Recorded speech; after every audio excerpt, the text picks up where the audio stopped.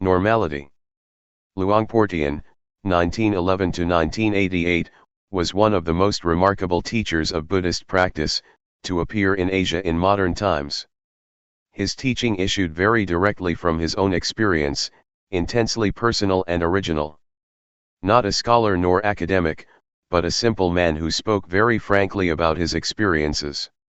His method of meditation employs simple hand and arm movements as a way to increase awareness. If you are searching for ways to calm a busy mind, Luangpor Teean's gentle teaching will guide the way. Luangpor Teean Jita Subho. Forward. The way Luangpor Teean teaches differs somewhat from other teachings because he speaks directly from his experiences.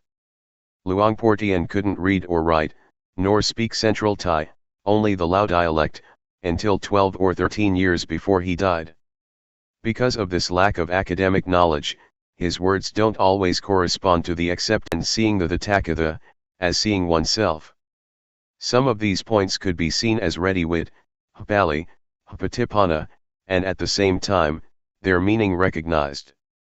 Other things need a mature attitude of not fussing about definitions, but sincerely opening up to what Luangpor is trying to convey. It is unlikely that it will escape the reader's attention that Luangpor Teean was a simple man, who spoke very frankly about his experiences, and the reason he did so seems rather obvious. With confidence one is liable to open up the mind more and come closer to what Luangpor is pointing to. To have an open mind is exactly what awareness is about, to receive anything that appears or occurs in the present, whether it is a sensation due to movements, breathing, the eyes blinking, the knee resting on the floor, a breeze touching the skin, or even sound and visual phenomena. We hear and see them in the present, don't we? As long as the mind doesn't proliferate, all of this can be used as more objects of awareness. They are not obstacles. That's a different attitude than training in concentration, where the mind is narrowed down to one point. But samadhi is the establishing of the mind, and we can establish the mind in awareness every second of the day because movements, as well as this practice, are natural. The translator. Walking the path. Taking a shortcut. Today the monks, novices, and lay people are meeting here in order to study the method to develop meditation. We're not interested in anything else because we've done it already. For example, making merit, being generous, upholding precepts and doing tranquility, meditation. As for insight meditation, we've heard about it, but we don't yet understand, or we've only practiced it a little bit. Therefore, before we start practicing insight meditation, we have to rely on listening and reading from scriptures before we understand what tranquility meditation is and what insight meditation is. Developing awareness is the path that the Buddha teaches. Things outside of Buddhism. Making merit, being generous, keeping precepts and doing tranquility meditation are a pair with the world. Whether there is a Buddha or there is no Buddha, these things exist anyway. When Prince Siddhartha was born, Brahmins were assiduously looked after, which is making merit and offerings. As for tranquility meditation, it's a matter of psychic powers, a matter of ambition. We've probably heard about becoming invisible, flying through the air, diving into the earth, reading other people's minds, multiplying oneself, reciting magical verses to obstruct vision, and hearing by entering absorption. This is not insight. According to the Buddha's biography, when Prince Siddhartha ordained, he studied with the hermit Alara, and mastered 7 absorptions, 4 form absorptions and 3 formless absorptions. But suffering still existed. That is to say, there was still greed, hatred, and delusion.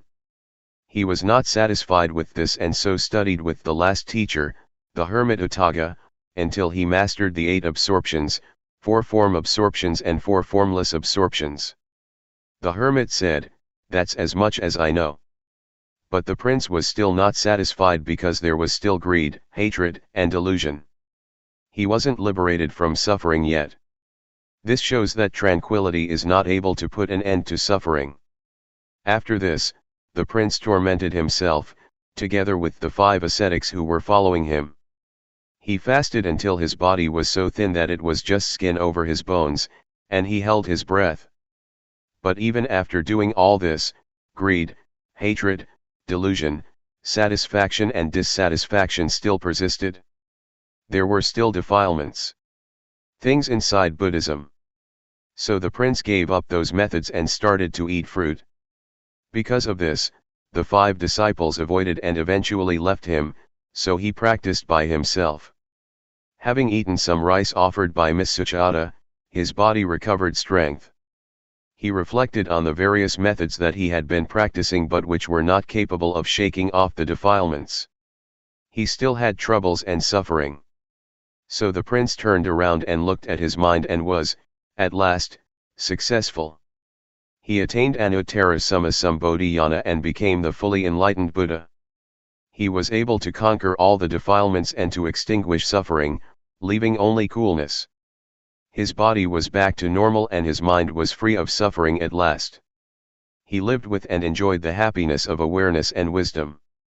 Having attained this, the Buddha shrank back from teaching, reflecting that this practice was profound, and it would be hard to understand. So it can be taken that mind development is something difficult to do, and that this is what Buddhist teaching is about. As for making merit, being generous, keeping precepts, and doing tranquility meditation, it is not the teaching of the Buddha, but a teaching of teachers at large. Teachings outside of Buddhism. There were many sects in India. Some sects taught to lie roasting on fire so that defilements would dry up, some taught to lie on thorns to endure through the pain and torment that resulted from that, in order to get rid of defilements. Some sects ought to give up everything including clothes, a practice known as naked asceticism, so as to induce the feeling that there is no self, no shame. It was believed that defilements would be dissolved that way. Altogether, there were many sects, but none of them could eliminate the defilements. This matter can easily be proven, as it is said that lying roasting on fire and drinking hot water will result in the heat burning off the defilements. In the old days, in the villages, when a woman gave birth, she would be laid down roasting above a fire and given hot water to drink. But the woman would still have defilements, showing that this sect did not achieve results. As for the sect that would have its followers give up everything and go naked, just look at a baby not wearing clothes. It still has moods and feelings. As soon as someone talks nicely, it laughs. And when someone scolds, it cries, whether naked or clothed. This shows that defilements are not in the body, they are in the mind. Therefore, to practice Dhamma we have to practice at the mind. I will tell you so you'll understand, because I have been doing this, repeating a mantra such as Bhud, though, Samat Arahant, rising falling, counting, 1, 2, 3 with these methods, one has to sit with the eyes closed and repeat a word while watching the breath, for example, saying Bhud, with the in-breath, and though, with the out-breath. I've done quite a lot of this, but there was still satisfaction and dissatisfaction, greed, hatred, and delusion didn't diminish. This kind of practice is called tranquility meditation. Tranquility meditation is not more than a means to make the mind peaceful, but it is peace under the influence of delusion. It's just like putting a rock on top of grass. As long as the rock is on top of the grass can't grow, but when the rock is removed, the grass grows just as before, or maybe even more vigorously than before. It is true that there is no lopa, dosa, and moha when we're sitting alone, with the eyes closed, but as soon as we go back into society, like and dislike are born again. This is how it is. Going off to stay in a cave in a forest or the mountains cannot extinguish suffering, just because of going to stay there. At first, I did it like that also. The teachings inside Buddhism. The word Vipassana translates as realizing and truly seeing. Seeing what? Seeing impermanence, instability, and non-selfhood. When having insight, one views things differently than before. It is a transcendency. When we don't yet see clearly nor truly know, then acting, speaking, and thinking are as before. It is not yet Vipassana. But when we feel differently than before, that is, greed, hatred and delusion decrease, it can be called Vipassana. A handful of leaves, awareness. To practice insight meditation, the Buddha teaches us to develop 4 foundations of awareness, namely 1. Gayanupasanasatipatthana, that is, to meditate on the body, in the body, and see according to actuality, that this body is only just a body, it's not a being, an individual, nor a self. It is neither me nor it. 2. Vedananupasanasatipatthana, to meditate on the feelings, and see according to actuality, that these feelings are only just feelings, they are not a being, an individual, nor a self. They are neither me nor them. 3. Jittanupasanasatipatthana, to meditate on the mind, in the mind, and see according to actuality, that this mind is only just mind, it is not a being, an individual, nor a self. It is neither me nor it. 4. Dhammanupasanasatipatthana, to meditate on the mental objects, in the mental objects, and see according to actuality, that these mental objects are only just mental objects. They are not a being, an individual, nor a self. They are neither me nor them. The teachings of the Buddha are many, I'm not able to describe all of it. We've probably heard that at one time our Buddha was walking with a number of monks in the forest. Seeing fallen leaves scattered around, the Buddha picked up a handful of leaves and asked those bhikkhus, monks, which is more, the leaves in my hand or all the leaves in the forest? The bhikkhus answered, the leaves in the forest are more than those in your hand, so much so that they cannot be compared. The Buddha then taught that the knowledge and understanding that the Buddha had studied was comparable to the leaves in the forest, and the knowledge that he taught us was comparable to a handful of leaves. The leaves in the forest stand for making merit, generosity, keeping precepts, and developing tranquility meditation, and the handful of leaves for insight meditation. However, to do Vipassana we have to study through listening and reading at first, before we start practicing. Otherwise we'll waste a lot of time gathering all the leaves in the forest. The practice of Vipassana that the Buddha teaches, though developing the 4 Satipatthana, means learning to be aware. The Buddha said that there are 2 things that are of great assistance, namely, first, sati, to recollect or not forget that there is the body, that there are movements, that there are feelings, that there is mind or that there are mental objects. Before doing or thinking anything, know it with awareness. And second, sampajanya, to realize, the moment we're thinking something, to realize it fully. Sati sampajanya, when using ordinary language, just means to wake up, to awaken, to feel oneself all the time. Developing awareness gives rise to wisdom. Talking from experience, it is not necessary to sit with the eyes closed in order to develop awareness. I've done the method of sitting with closed eyes, and wisdom didn't arise. But doing the new method, my method, wisdom did arise, and I got the feeling that is in accordance with the texts.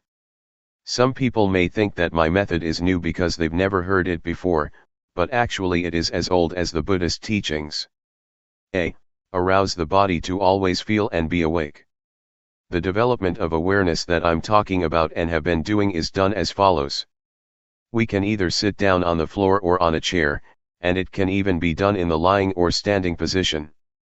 Catch with your awareness the movements of the hands, turn the hand up, turn the hand down, raise the hand, lower the hand.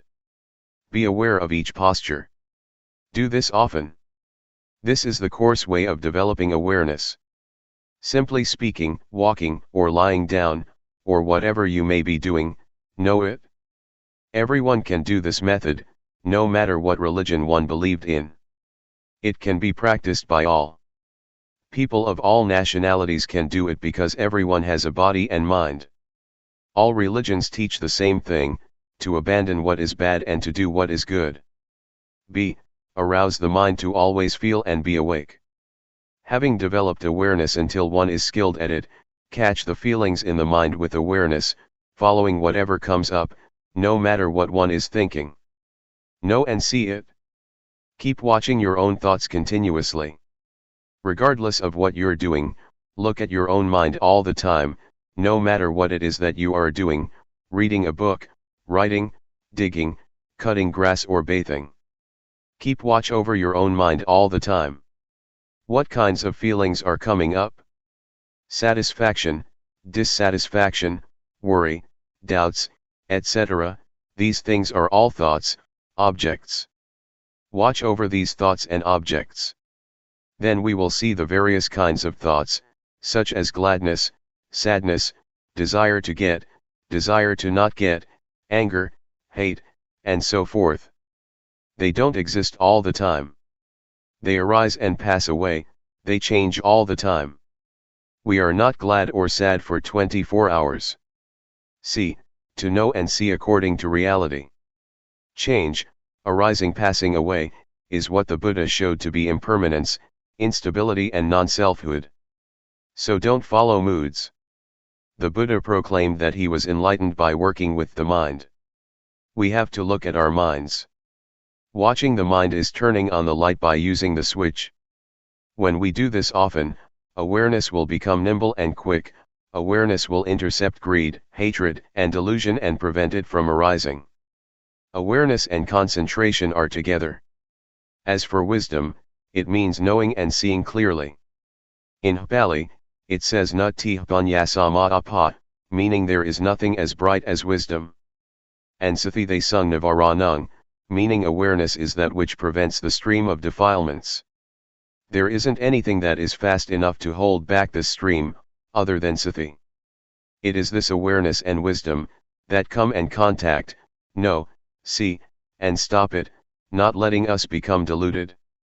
This is because Sati, Samadhi, Panya, is opposite to dosa, moha, lopa. If we don't see, know, and understand, there is full greed, hatred, and delusion. It is comparable to nighttime, when it's dark. As soon as we light a candle there is light and the darkness disappears, because darkness is afraid of light. As soon as the candle goes out, the darkness immediately comes back.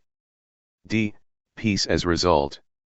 That I'm giving some reflections and explaining, this shortcut method of practice is in order for you all to take it, and practice with it, so that you get quick results and don't have to waste time.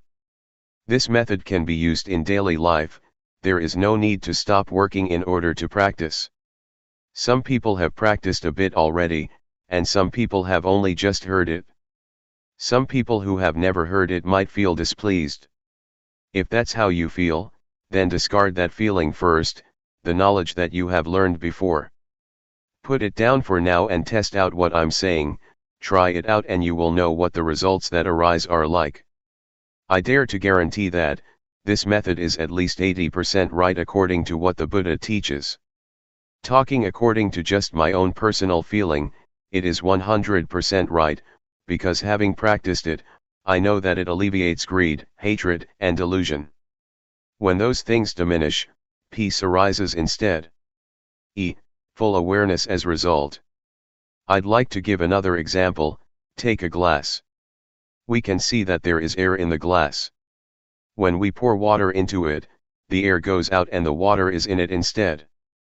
Then, when we pour the water out, the air goes back in and replaces the water.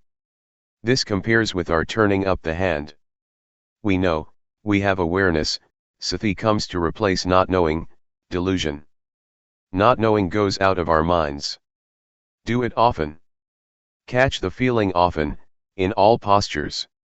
Sati will increase, and delusion, not knowing will decrease just as the water replaces air in the glass. Maybe some of you have heard about, or have been taught, to make merit, for example by building a ceremonial hall or temple, and you get merit for this or that many eons. And you've probably heard that, 100 years on earth equals one year in heaven. The angels throw one sesame seed in a pit that is 100 leagues deep. When it is full, that's 1 eon. Other than that, you've probably heard that to once put food into a monk's bowl, you get rewarded for 6 eons, sending a container with food to offer to monks, one gets rewarded for 5 eons, to send food for the midday meal, 5 eons. These things are puzzles, but some people don't understand. If you want to understand, you have to practice, to develop awareness, by turning the hand up and down, feeling it. Before, we would do things without sati, not feeling anything at all. It's comparable to an abyss or pit that is empty, nothing in it, just like in that puzzle. But when training in awareness, catching the movement in all postures, for example, blinking the eyes, sitting and lying down, we are aware, feeling it, knowing it. When doing this, sati increases, just like the sesame seeds that fall in the pit, or abyss that is 100 leagues wide, and 100 leagues deep. The aim of this comparison is that we train a lot in awareness, and that we do it a lot in order to get results, to make sati full, so that we are not negligent or deluded. When we have developed the 4 foundations of awareness, as described earlier, we will have the ability to really contemplate, ponder, and understand the various problems in our minds. Developing awareness in the right way will yield results within 3 years. It says in the scriptures that whoever develops the 4 satipatthana in the right way, and as continuous as links in a chain, will receive one of the following 2 results, at most, within 7 years, medium within months, or as fast as 1 to 15 days to become, 1, an arahant or, 2, an anagama, i.e., one who is nearly fully enlightened, in this very life. As for the way of developing the awareness that I'm talking about, if you really do it, knowledge and understanding will arise, and suffering will diminish, within at most 3 years, medium within 1 year, or as fast as 1 to 90 days. We will know, see, and understand, and our life from then onwards will have happiness and no suffering. To practice like this, we don't have to spend money, we can do it an hour a day, or 5 minutes. Even hearing about it often makes the defilements gradually diminish. Greed, hatred, and delusion are evil, they are suffering. To get angry once is evil and is suffering one time. Evil and darkness are the same. Darkness means not seeing, not knowing, not understanding. Merit and knowledge are the same. When we understand, we are at ease, we don't have suffering and we don't doubt. If the mind is dark, there is suffering and doubt. For example, doubt that we're going to be reborn like this and like that after death. But some people, including myself, who have made merit, been generous, kept precepts and practiced tranquility meditation, still doubt about merit and demerit, about falling into hell or going up to heaven after death. They don't understand at that time. The Buddha teaches that heaven is in the heart, hell is in the mind, and Nibbana also is in the mind. Our grandparents used to tell us this, but we didn't reflect on it, so we didn't understand it. We have to practice and know for ourselves. Studying from scriptures is good, but it cannot solve suffering. Teachers teach that we should let go of greed, hatred, and delusion, but they themselves can't let go of it. Teaching others is easy, but teaching oneself is hard. But this method of mine is not difficult. You don't have to study or learn anything. Being able to read and write or not is of no importance. Everyone can practice, men as well as women, ordained or not ordained. We can all practice. There is only one Dhamma, not many kinds. To say that the Dhamma of a person who keeps 5 precepts is one thing, that the Dhamma of a person who keeps 8 precepts is another thing, the Dhamma of an ordained person is another thing, the Dhamma of a lay person is another thing, the Dhamma of a person who practices insight meditation yet another thing. That is a different matter. That is not what I'm talking about. I say that there is only one Dhamma. Dhamma is to finish lopa, dosa, and moha. Doing this is what virtue and Dhamma are. It says in the scriptures that virtue is the means to eliminate coarse defilements, concentration is the means to eliminate medium defilements, and wisdom is the means to eliminate subtle defilements. But can we really eliminate them? No. Why not? Because we don't do it properly. The word defilement stands for greed, hatred, and delusion, but most of us understand it only as materialistic, that having money, a big house and a smart car is defilement. But in reality, those things are not defilements. They are just things that come from being diligent and knowing how to work, and from knowing how to save and accumulate things. But the defilements that I'm talking about are greed, hatred, delusion, and sorrow. These defilements are not afraid of anyone, not of rich people, not of influential people, not even of monks ordained for a long time, with a title, are they afraid? They enter into everyone's mind. On speaking in another way, we could say that the defilements slap everyone's face. A wealthy person, on being told off a bit, is displeased. This shows that the defilements slap him or her in the face. Or when someone praises him or her, satisfaction arises. This is the defilements slapping his or her face. These defilements are not afraid of anyone at all. They are only afraid of those who are disciples of the Buddha.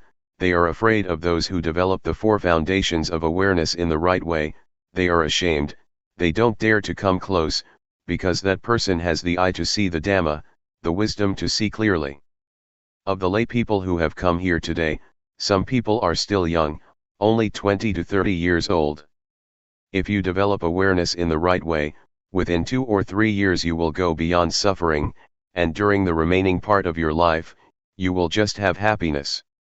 Even older people 50 or 60 years old, are the same. Until you die your life will only have happiness. And when you die without suffering. If you still have another 9 or 10 years to live, it will be 9 or 10 years without suffering, with only happiness and coolness of mind. This is the heartwood, the essence of Buddhism. The word Buddha means the one who knows, the awakened one who is joyful with Dhamma. I have shared some of my reflections and understanding. It is a shortcut to practicing Vipassana. It is instantaneous.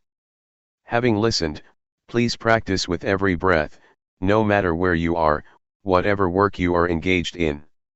You can practice while washing clothes, doing the dishes, sweeping up, or working in the field. Vipassana is wisdom, it is life, it is virtue, it is the Dhamma, it is everything. It is the real life, it is the real Dhamma. May you understand it like this. Summary of the shortcut. I'll give you a few small reflections. 1.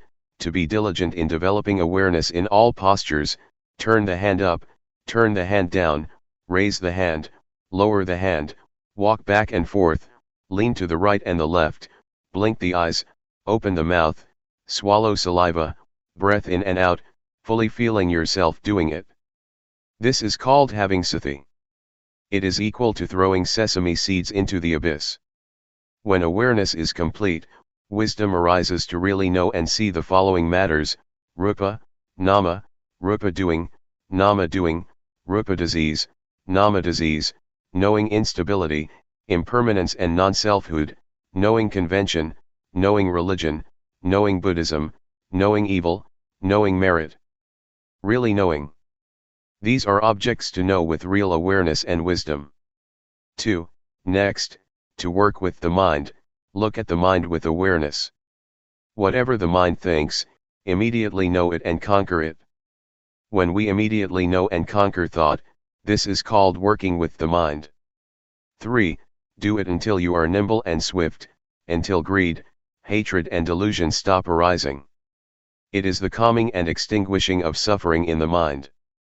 This type of suffering we can't chase away as we would chase off a pig, a dog, a duck, or a chicken.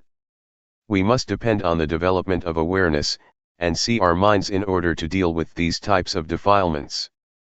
If we don't see our minds, we will be empty, similar to a pit or abyss that is never full.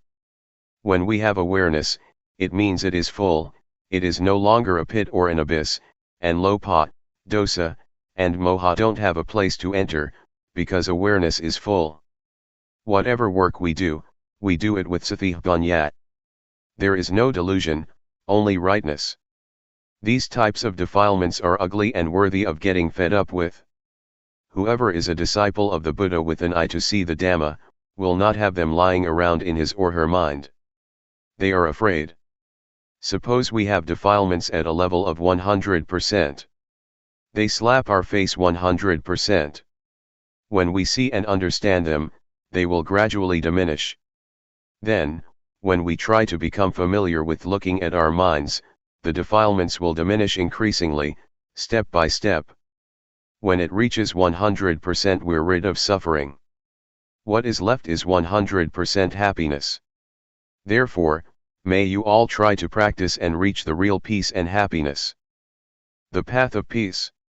May you all listen well, this time, so that sathipanya springs up. Knowing suffering. Something we have in common is that we don't want suffering, we hate it. Then how does suffering arise? Suffering arises because we don't know. Suffering doesn't exist within us, and it doesn't arise all the time. What really exists for sure is normality. By nature, the mind of each person is in a state of normality. As we're working, if we do it with delusion, it is called suffering. Most people have suffering while working because they don't see suffering. People who go and see movies and shows do so because suffering leads them. This is due to our not watching minds. The moment we want to go and watch a movie, a thought flashes up that we want to watch a movie. We're not thinking it all day long. When the thought comes up, we don't see the thought. We only just know the thought, and we act, following the thought. This is called suffering. People who smoke are the same. Sometimes they don't even think to smoke but simply follow their moods. They take a cigarette to smoke because they think it is happiness, but actually it is suffering that compels them to do it. Suffering stinks. As to this word suffering, the Buddha sometimes calls it suffering, sometimes defilement, sometimes stench. When talking about suffering or defilements, one notes that it has an ugly smell to it, according to Buddhism. Suffering is something dirty and it stinks, nobody wants it. As soon as the body dies, it starts to rot and stink. But we can still wash and clean it. Excrement is something that stinks, and we detest it. Nobody wants to touch or grab hold of it. But even with such stinking things, the Buddha said, they don't stink all that much, they can still be touched and washed. But the stinking things to which the Buddha is referring are really stinky. They are greed, hatred, and delusion, concealed in our minds, ready to bubble up. The Buddha condemns this emphatically. If anyone's mind still has greed, hatred, and delusion, the Buddha says that it stinks more than excrement. As soon as the mind thinks something in a flash, a person who doesn't know, doesn't see, and doesn't understand becomes deluded immediately. This arising is called by the Buddha, a stain. The word stain means delusion. Even though we've never known, seen, or watched our minds, we still say that we see. But in reality it is not seeing, it is only just knowing thought, and then we act according to the thought. When we say to see, it should mean that we see defilements. That is, we see that either there is greed, hatred, or delusion mixed up in thought, or there is not. To see like this, we have to practice Dhamma first. Practicing Dhamma. Vipassana. In practicing Dhamma, even though one may practice various methods for a long time, if one doesn't perceive that point where the mind is manifesting, one still doesn't understand. One still doesn't understand the main principle of practice according to the teachings of the Buddha. The Buddha said that he was enlightened because he worked with the mind, practiced with the mind. But most of us just make merit and give offerings in order to chase off suffering. We haven't yet practiced by following the Buddha style.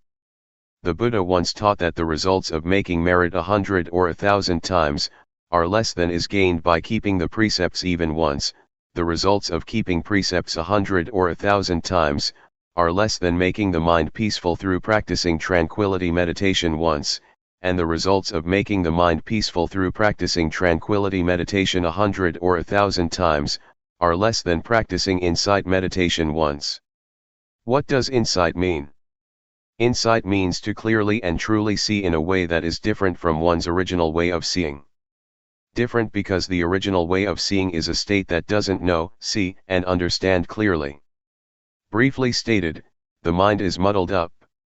Doing Vipassana means to be aware. Being aware is very fruitful. The Buddha practiced Dhamma through being aware, and so became enlightened. Peace. Most of us understand that in order to be an arahant, we have to do tranquility meditation and make the mind peaceful. In reality, there are two kinds of peace, namely, peace that is like being inside a cave, and peace that is like being outside a cave. Peace inside a cave means it is just as though we're in a cave or we're in a dark room. When we light a fire, the darkness disappears and light come to take its place, but as soon as the fire goes out, the darkness come back again. Even when we've made a fire and there's light, we're still in the cave and we still can't see the shape of the cave. We only just see certain things inside the cave. Peace inside a cave is therefore called peace under the influence of moha, a not knowing kind of peace, or even a not wanting to know kind of peace. That some people go and sit to make their minds peaceful, understanding that they're developing insight, this is so, but it's a diluted kind of truth. As for peace outside a cave, it's just like being outside a cave, but it's not dark. There's no need to make a fire, and we're able to know and see what the shape of the cave is like. This may be likened to peace that is without delusion, i.e., peace due to the absence of defilements. There is no lopa, dosa, or moha. In order to achieve this kind of peace, we have to realize and truly see first. Seeing truly and clearly is called insight. Insight is to realize and truly see according to reality. Peace outside the cave is therefore called a knowing kind of peace. One is peaceful because one knows. I want to shake up and warn all of you that developing insight has many obstacles. If we don't know, we'll go wrong, but when we see, know, and understand, we can solve the problems. The first obstacle. The first obstacle in developing Vipassana can appear when we make movements with the body, and sati is aware of it. Wisdom arises in the mind that knows reality as it really is. That is, it knows rupa, nama, it knows instability, impermanence and non-selfhood, it knows convention, it knows religion, knows Buddhism, knows evil and knows merit. This is wisdom knowing through Vipassana. But it's only just the outer bark of Vipassana, still not able to deal with suffering. It is just knowing in knowing, it is knowing through thought, knowing the scriptures. It is defilement due to Vipassana. The obstacle is that when this kind of knowledge arises, we get buried in it, a kind of knowledge that is still similar to being inside a cave. Therefore, next we must try and find a method to get out of the cave, to pull ourselves out of that knowledge, gradually, by watching our thoughts. As soon as a thought flashes up, know, see, and understand that it has come up. This is practicing Dhamma a little bit deeper. Ordinarily, a tree has an outer bark. When one removes the outer bark, he reaches the layer with the nourishing sap inside. Removing that layer, one reaches the white wood. Removing that, one comes to the hardwood. Buddhism is the same. Knowing rupanama, evil and merit is also knowledge, but it is outer knowledge, enough to deal with suffering on one level, such as not being foolish by believing in auspicious things and lucky omens, or in ghosts and angels. But when one is in such a state, greed, hatred, and delusion are still there, because one doesn't know the origin or source of it. To solve this problem, to know the origin of the arising of greed, hatred, and delusion, we must watch our minds, like a cat that waits for a chance to grab a mouse. As soon as a thought comes up in the mind, look at it and fix on it so that it is known in time. A thought comes. Whack, cut it off straight away. Another one, whack, cut it off right there. Do this often. Thoughts will thereby decrease and awareness will increase. Just as with the positive and the negative. When there is more of the positive, the negative lessens. We start off never having seen thought, thinking 100 things and never seeing a single thought. But when we are watching like this, we catch it once and cut it off. The remaining thoughts are less than 100 now and will steadily decrease step by step, as long as we keep at it. We keep gazing like this, a thought comes, we cut it off, another one arises, we drop it. When we think 100 thoughts and we know 95 of them, it shows that we have a lot of awareness. Just 5 thoughts left that we can't keep up with. Right here is where we have to put forth effort, watch thought but don't be caught up in the thought. When we know and see all the 100 thoughts, keep up with every thought every time, it is equal to knowing and seeing exactly where greed, hatred, and delusion are born. We have to throw them off so that defilements are unable to arise. This is called to keep abreast by knowing, to know in time. Knowing how to prevent, knowing how to solve. This is where we're able to deal with lopa, dosa, and moha.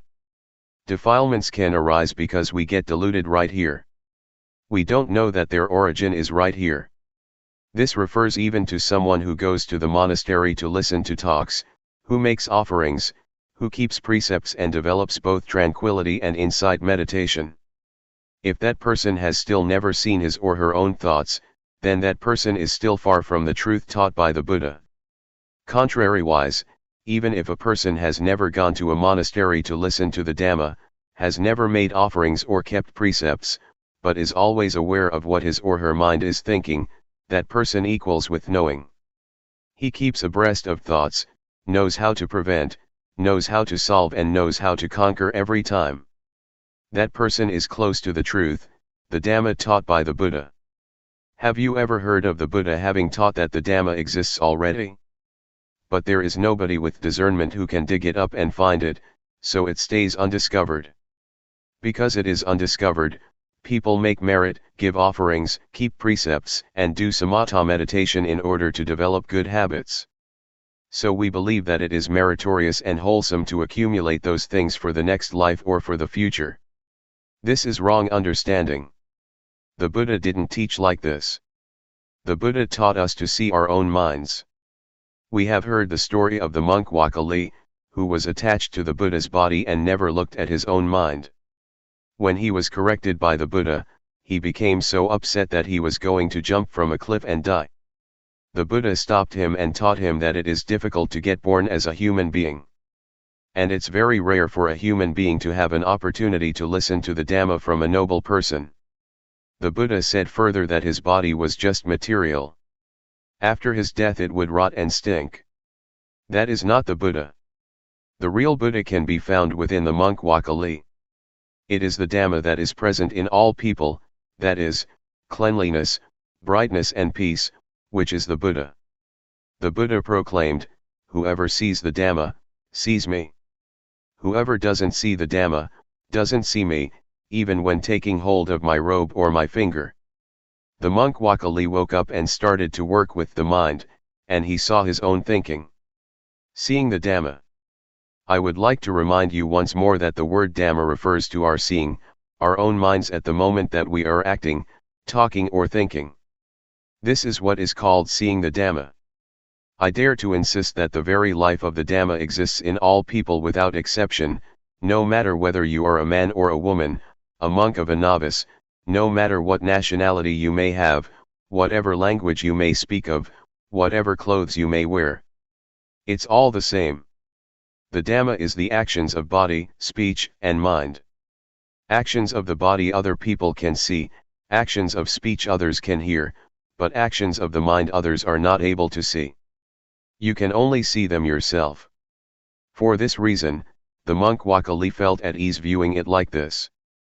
Whether he saw the body of the Buddha or not, he would feel at ease because he saw the real Buddha, that is, really seeing according to reality, an ability that exists in everyone. The Buddha once described seeing in this way, with flowers, black, red, white, or whatever color, they are all ready to bloom when touched by sunshine. That I'm giving you these reflections right now is the same. Anyone can apply them in daily life, whether man or woman, whatever clothes he or she may be wearing, whatever religion is upheld. It can be used by everyone in the same way, because we all have a body and mind. When one sees one's own mind at the moment that it thinks, this indicates that one sees one's own mind at the origin or source of thought. The Buddha points to thought, which must be watched with awareness, as one must not get caught up in the thoughts. Whoever sees this, he or she is called by the Buddha a flower that is ready to bloom when the sun shines. The word sunshine refers to the teachings of the Buddha that direct us to practice with the mind. Whatever work you do, control your thoughts with awareness. Some people don't do it yet, because they're not interested. But when we are interested, when we are suffering, we must be ready to do it. There are 84,000 teachings in Buddhism. They are not for reciting and for performing ceremonies. That was not the Buddha's intention. The Buddha's teachings have nothing at all to do with superstition. They are to be practiced only in order to solve the suffering of the mind. Some people might agree that without ceremonies and rituals Buddhism can't extinguish suffering. This fails to understand the meaning in the right way. We've heard that in the time of the Buddha, when he would expound the Dhamma to people, there were many people, who would open the eye to see the Dhamma and enter the stream of Nibbana, from the first stage of enlightenment upwards by the time the discourse was finished. They didn't have to perform rites and rituals other than working with the mind, as the Buddha indicated. Wherever we explain the Dhamma, if we don't make this point, our words are a stain. Why are they a stain? They are a stain because we don't indicate the way that people who are interested in the Dhamma must practice, in order to free oneself from suffering and defilements. And they are a stain because we thereby abandon these effective teachings. Therefore, may you all try to understand this point without fail. If we don't practice according to this important teaching, then we fail to understand the teaching of the Buddha. The second obstacle. The second obstacle in developing insight is that when we begin to understand and see this point, we are able to destroy greed, hatred, and delusion to some extent, but at the same time, joy is lying concealed within it. The Buddha says this is still not right. Joy is darkness, but it is white darkness. Joy is due to our satisfaction and pride that we can do it. White darkness is frightening because it is hard to see. Black darkness is easy to see because it is dark. Being caught up in joy is to see wrong as right, because as soon as we can destroy some defilements, we don't watch at the point where the defilements are destroyed, but we get sucked into the point where joy arises. Therefore joy is an obstacle in attaining higher stages to Nibbana. Being caught up in joy is equal to being caught up in thinking. A thought comes up and we get caught up in the thought, so we don't see the thought. When we get caught up in joy, we don't see joy, and we're just content with joy. Because of this, the Buddha teaches us to pull ourselves out of the thought that we're thinking, to stand outside of it. Then we will see our thoughts. People who still don't know and see their thoughts say just the same, that they know thought. But in reality they don't understand that thoughts come up continuously, and they get caught up in them. Those who have joy or are attached to the peace of tranquility meditation are the same. They are caught up in peacefulness, don't know that peace is delusion, and thus get caught up in peace. It is comparable to someone who doesn't know how to turn on the light. He or she turns the light bulb. No light appears. The person who pulls him or herself out of thought, and knows and sees thoughts, may be compared to someone who knows how to turn on the light. That person turns on the switch and light does appear. So we have to know the origin of thought and come to an understanding with these little thoughts of ours.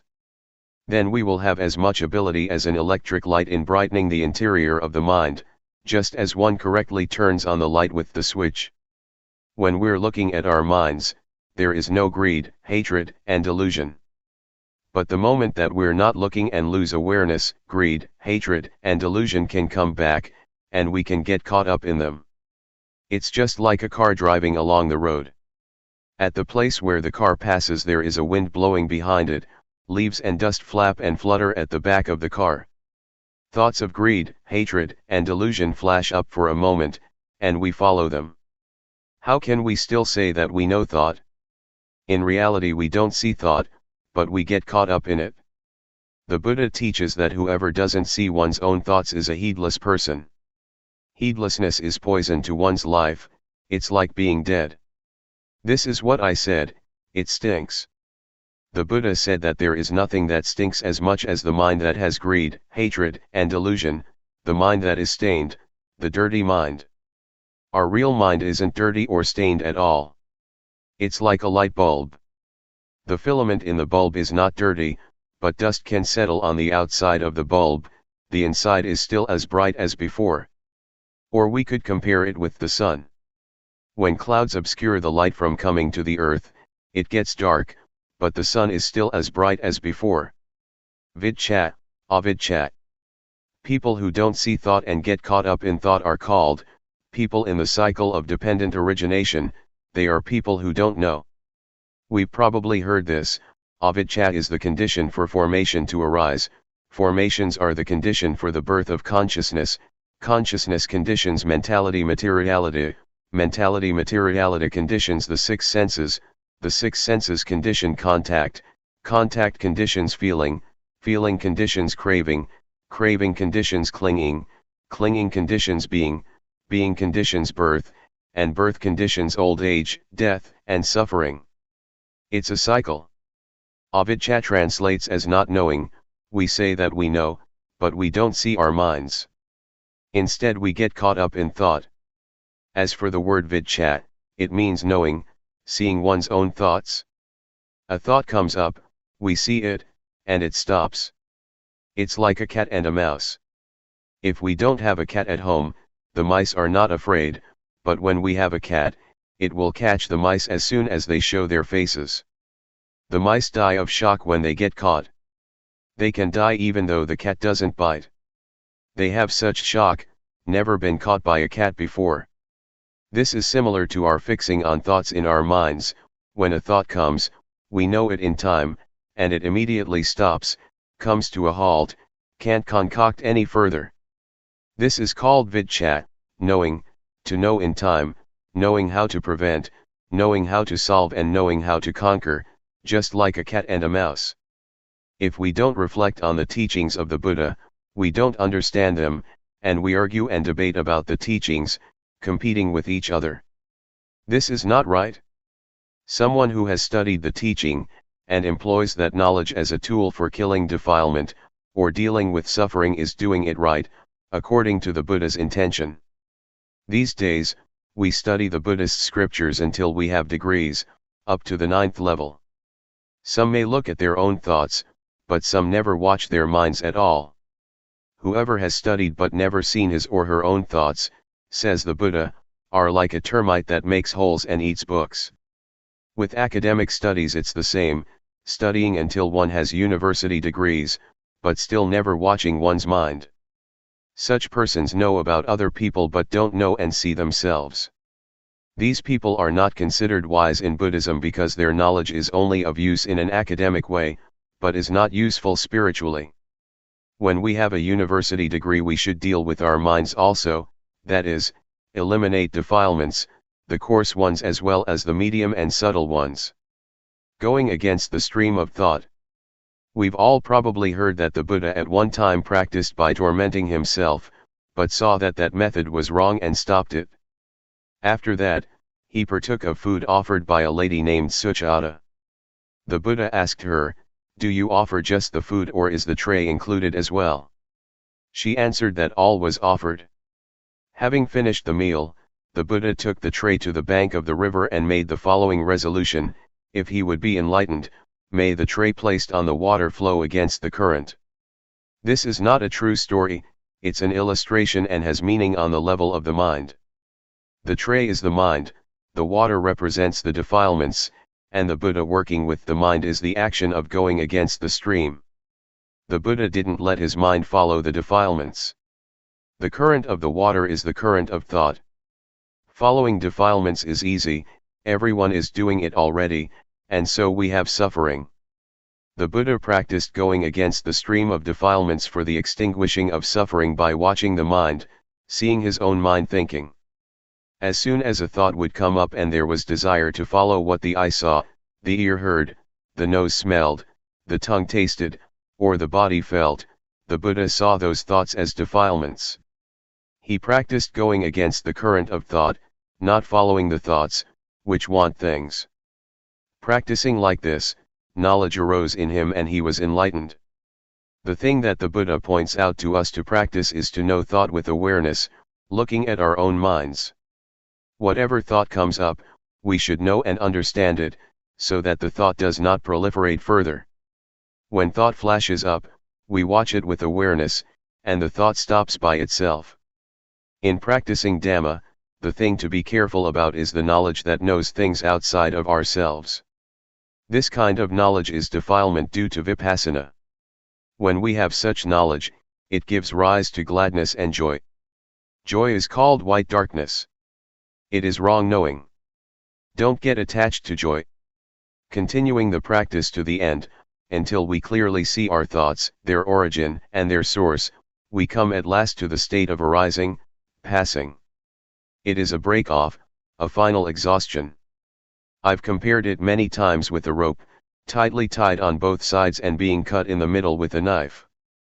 The rope breaks, one cannot pull it together again, that is, one can't use it anymore. The 12 senses are similar, on seeing a form with the eye, on hearing a sound with the ear, etc., let there only just be seeing and hearing and so on. Don't concoct it into beautiful or ugly, good or bad, pleasing or displeasing sound, the sound of a woman, the sound of a man, etc. Just simply see or hear neutrally. But these are still mere words. In practice, we have to look and see and break them apart. When they are broken, there is not more concocting, the senses are not able to reach each other anymore. Cleanliness, brightness, and peace. Our minds are already clean, bright and peaceful. Clean means not dirty, because there are no defilements. Bright means there is wisdom, seeing our minds, or life. Peaceful means having stopped, there is no longer anything further to add. Summary. At this point, I'll summarize the principles of practice. First, the first stage is to catch the movements of the body in all the postures. When we can catch them, we will know the convention that we can see with our eyes and touch with our hands. This is objective, external. Second, having practiced the first stage, a little bit of knowledge arises, it is called defilements due to Vipassana. It is important to avoid this, not being too glad with the knowing, and continuing to watch the mind. When we see, know, and understand our minds penetratingly, greed, hatred and delusion will be destroyed to some extent. Third, when greed, hatred, and delusion have gone down a bit, we'll feel joyfulness. When joy arises, fix on it, but don't be caught up in joy. We have to pull ourselves out of it. Keep watching the mind. At this stage, wisdom knowledge will appear that destroys or diminishes clinging and grasping. Fourth, when attachment has decreased, one will see, know, and understand normality. The body is normal, speech is normal and the mind is normal. This normality is called virtue concentration wisdom. Fifth, when seeing the state of arising passing, if one doesn't understand it, one will hold an abnormal view, but if one is fully aware, practice reaches its end. Therefore, I encourage you to try to practice until you meet with your own thoughts and are able to pull yourself out of them. Stages of practice. Determine to listen well, all lay people and monastic friends. When you determine to pay attention, you'll be able to remember. It is called knowing through memory and comprehension.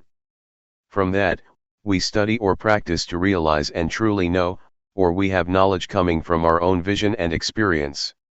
Most people don't yet know and understand from studying and practicing, they only know how to make merit, to be generous, to keep precepts and to do tranquility meditation. But when it comes to more profound matters, that is to say, How to develop insight meditation, there are really very few people who know and understand it. With Vipassana it is usually a specific case, a specific individual, who knows and teaches it. Because of this, people are lazy and don't want to practice.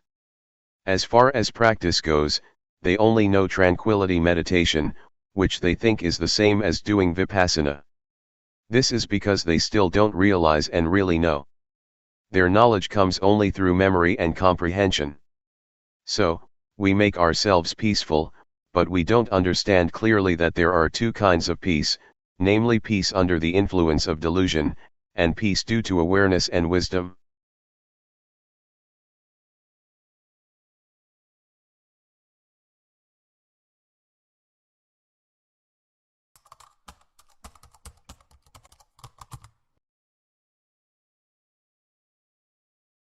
May all beings be at ease, whatever living beings there may be,